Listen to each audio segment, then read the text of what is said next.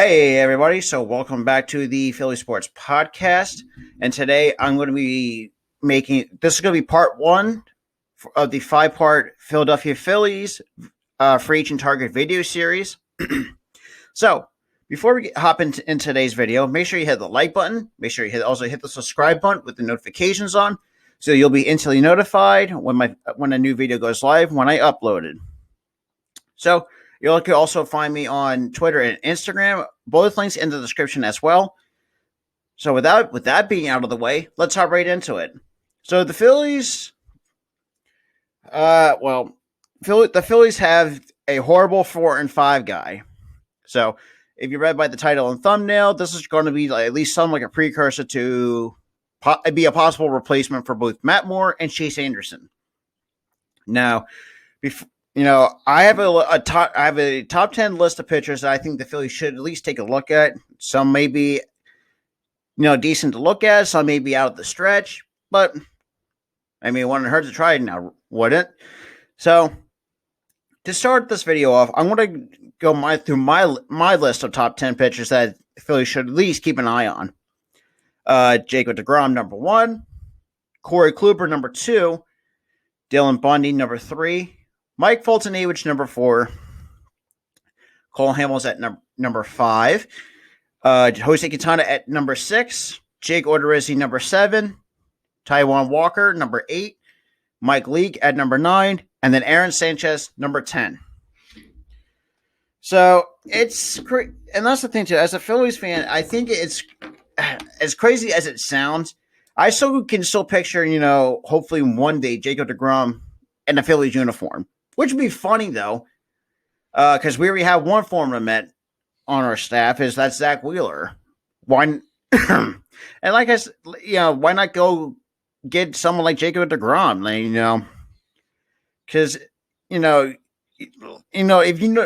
I'm sorry, Mets fans, but sometimes your owner needs to, kind of having, not stop waiting around, to sign players. Like take Francisco Lindor, for example.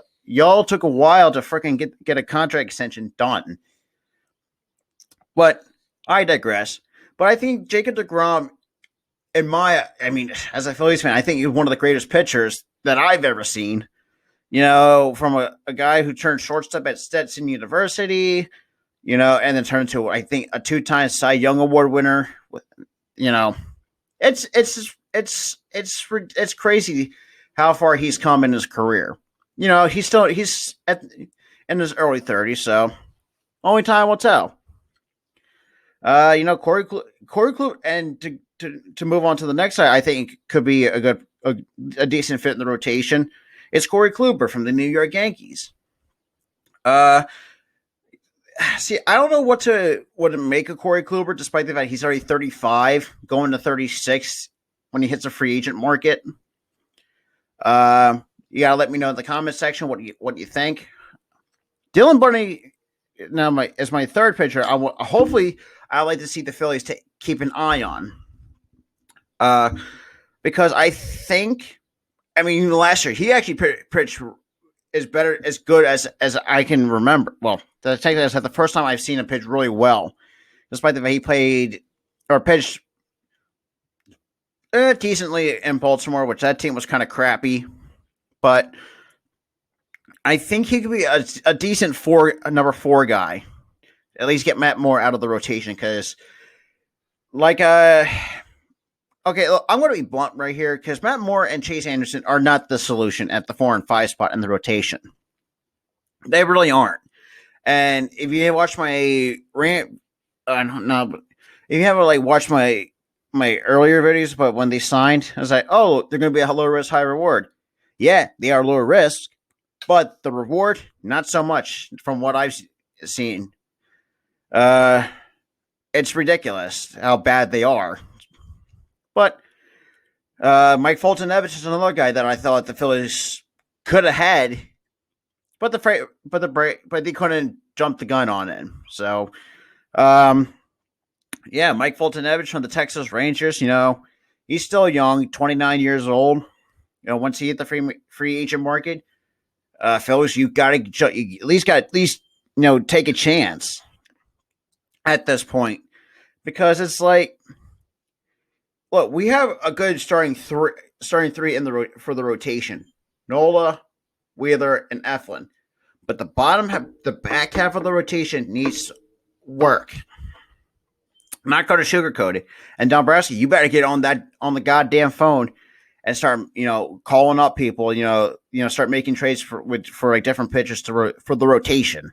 That's all I got to say. Cole Hamels is another guy that I thought maybe at least he can give one more run to Philadelphia. He's only 37.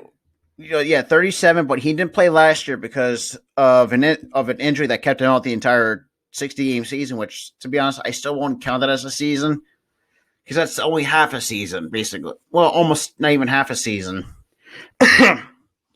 But I think he could be a decent, role or like a pit or like a role player in the rotation. Jose Quintana is another guy I think could at least be decent in the rotation. He's a lefty. I don't know. That's the thing too. It's like there are days where Quintana is good, and sometimes he's not good. So he's kind of streaky in between. So I don't know. Jake Odorizzi, I know his name's been floating around a while, like during the free agent market before signing with the Houston Astros for a 1-year deal, which kind of sucks that the Phillies. And that's the thing too with the Phillies, that they're having a hard time, getting stuff done, getting the pieces to their needs. Having even like, look, the bullpen's not improved enough because like having someone like Archie Bradley and Jose Alvarado in there, yeah, that's well and good, but you need more. Boot out Velasquez, definitely boot out Neris, for crying out loud. If you haven't watched my rant video, I'll leave that in the car. Leave it up here because it's like you'll have to understand my frustration with Hector Neris because he's not a closer, and that's another thing we need too is a closer, which will be a video coming out on Wednesday. That's be part 2. But to get right back into it, Taijuan Walker. Where do I start? I know he's got a 2-year deal, going. But once he hit the free agent market, he was actually pretty good. I'm not going to lie. He actually pitched pretty well against us in his first start as a New York Met. I'm not going to lie. I'm not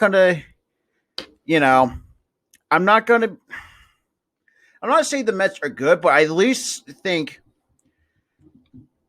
Taijuan Walker, should have been here in Philadelphia, but nope. Like I mentioned, the Phillies, failed to jump the gun. Like I mentioned with Voltanovich and Odorizzi. Those are the two guys that they failed to jump the gun on. But instead, they wind up selling with Matt Moore and Chase Anderson for only a 1-year deal. It's ridiculous. But Mike Leake, who's my 9, I have him in the number 9 spot for the top in the top 10 pitchers. Yeah, and that's the thing. See, with Mike Leake, he's a little bit different.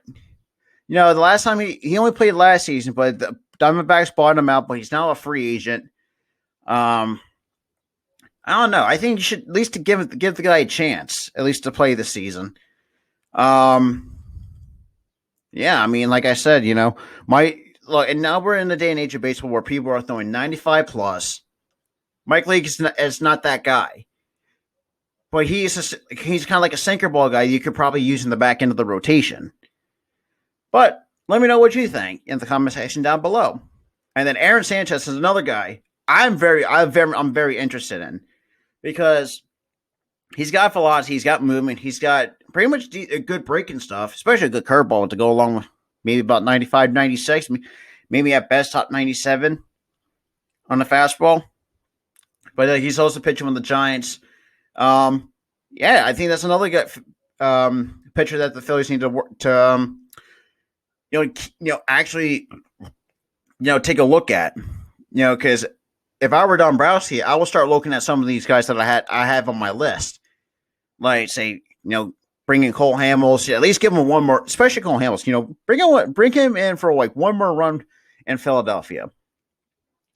But with that being said, for today's video, make sure you hit the like button. Make sure also you hit the subscribe button with the notification on, so you'll be instantly notified of my new videos. But this is Robert from the Philly Sports Podcast, and I'll see you guys in the next video.